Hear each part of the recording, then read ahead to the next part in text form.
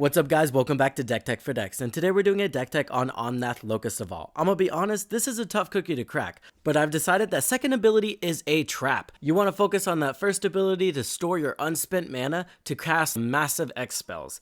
And we can treat the second ability as just pure card draw, and that's fine. It's basically a card that stores your mana with a Phyrexian Arena attack to it, right? Now I will say there's a caveat to this. I built both decks. The other one's coming out later, but I built a budget one first, that way people won't get mad at me for the other one I built. So without further ado, let's get into what this deck does. We want to cast some massive X spells and then get value off of those X spells. So we included a lot of creatures like Zigzara the Exemplary, Magus Lucia Kane. We're going to double up our X spells, we're going to get tokens when we cast X spells, and at the end of the day, we're just going to create a lot of mana and have some fun. Let's kick off the first category with these Exfil Synergies. We have Zigzara the Exemplary. I really like this guy because he's not only mana, but he's going to give us a payoff for casting those massive X spells in the form of a giant Hydra.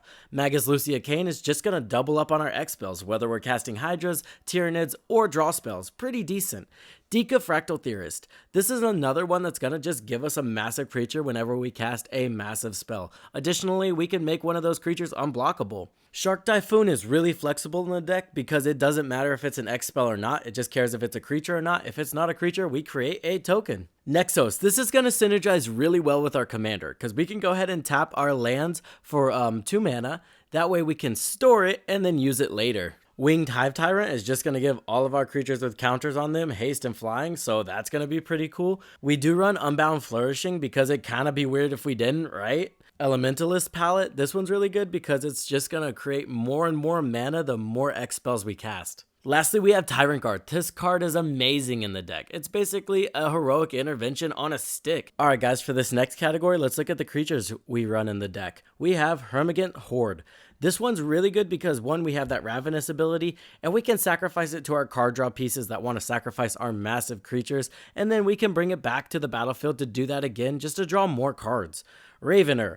I really included a lot of the Tyranids simply because of that Ravenous ability. It feels so good to cast a massive creature, it enters the battlefield, and then you just get to draw a card on top of it. Pretty good. Termagant Swarm. This one's amazing because whenever it dies, it's basically a hooded Hydra, right? And then you get a bunch of little, Tyranids. Turvagon. This one's a little better in my opinion, right? Because this guy can just keep smacking face, creating a bigger and bigger board state. He's like one of those creatures, if you don't get rid of him, he's just gonna run away with the game. Aberrant is just solid, repeatable removal. Exocrine, this can be a board wipe. Notably, it will do the damage to everybody, so don't kill yourself, but it's going to be really good to take out those token strategies. Xenonthrope, this one just enters the battlefield, deals damage to any target, so hopefully you can remove something important with that. And remember, we are going to try to get the Ravenous trigger with all of these creatures, so they're basically going to replace themselves. Let's move on to Hydras. What these guys lack in power, they make up for in heads. We have Apocalypse Hydra. I really like this guy because he's going to enter the battlefield and he's going to be massive. Additionally, we can start removing counters from him to deal damage.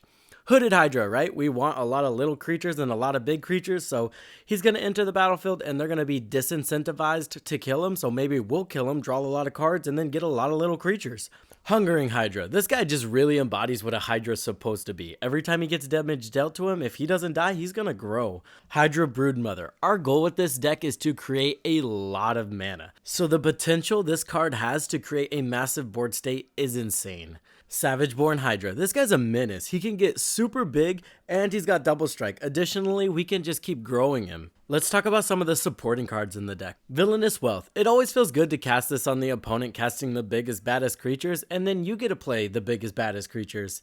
Dragon Throne of Tarkir. I really like this to shove on our biggest Hydra, buff our whole team, everybody gets trample, everybody gets +X, and it really helps when we create a lot of those little tokens, which there are more ways to do in the deck later on. Mana Geyser. There's 2 scenarios where we play this card. One, we have a counter spell in hand and we're planning to make it back to our turn to have a massive turn.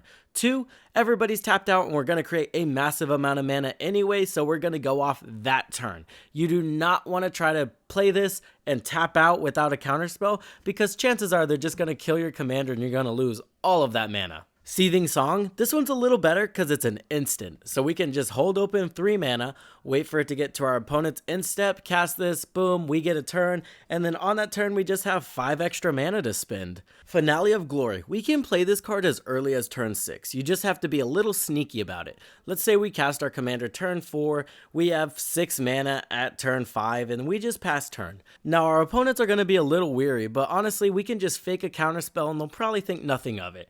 And then right on our opponent's end step, before it gets to our turn, we tap 6 of that mana, it becomes black, boom, at the beginning of our upkeep, all of our lands on tap, we tap it again, now we've got 12 mana and a massive board state. That just sounds fun to me. This is definitely one of those commanders, it's gonna get better the better you are at politics. Or maybe you think I'm insane. We could just play Wilderness Reclamation instead and skip all that extra bullshit.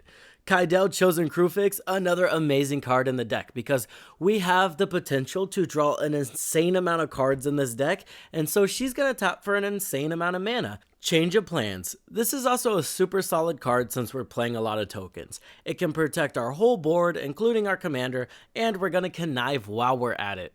Alright guys, let's get into the ramp portion of the deck, and it's pretty simple. I ran all of the signets that could produce the color green, because green is really instrumental to making the rest of the deck work. Next up we have Mana Bloom. Now, Mana Bloom can only be triggered once per turn, so you're only going to cast this for 4 mana. This will allow you to get payoffs off of your X creature spells like Magus Lucia Kane, Zexara, or even Shark Typhoon, right? And then we can go ahead and empty that mana on each of our opponent's turns, and it'll return itself back to our hand, and we don't lose the mana because of our commander. Pretty good synergy. Cultivate, Kodama's Reach, Nature's Lore, and Farseek are also going to be really good in the deck for color fixing and just ramping efficiently. Let's get into our next category, card draw, and we went 2 routes with this. The first one is Power Matters. We have Greater Good, Life's Legacy, Soul's Majesty, Rishkar's Expertise, Return of the Wild Speaker, and Momentous Fall. Basically anything we can use to draw cards, judging on our creature's power, we threw in the deck. The next category is obviously X-Spell card draw. We have Even the Score. Notably, those 3 mana pips will trigger off of our commander because our commander doesn't care if the mana pips are the same color or not. So pretty useful if we draw that with our commander's ability. If not, it's whatever. Next up, we have Diviner's Portion. Another one that has 3 pips in it, but Cut the Profits is going to be really solid with that casualty ability to draw us a lot of cards. Pull from Tomorrow, just a solid X card draw spell. Stroke of Genius, a staple. Thassa's Intervention, not only can this counter spells, but it can also draw us some cards, so pretty flexible there. Lastly, let's talk about this removal. We have Warstorm Surge. This card's going to be amazing when we're casting those giant creature spells and we're just going to remove whatever we want. Retribution of the Ancients is also another really good card in the deck. We can just remove our 1/1 counters from our creatures to kill our opponent's creatures. Notably, that will get past indestructible creatures. Those Dominuses are gonna die. Beast Within, this one just destroys a target permanent, pretty useful. Generous Gift does the same thing, but it's got an elephant as art and it's white instead.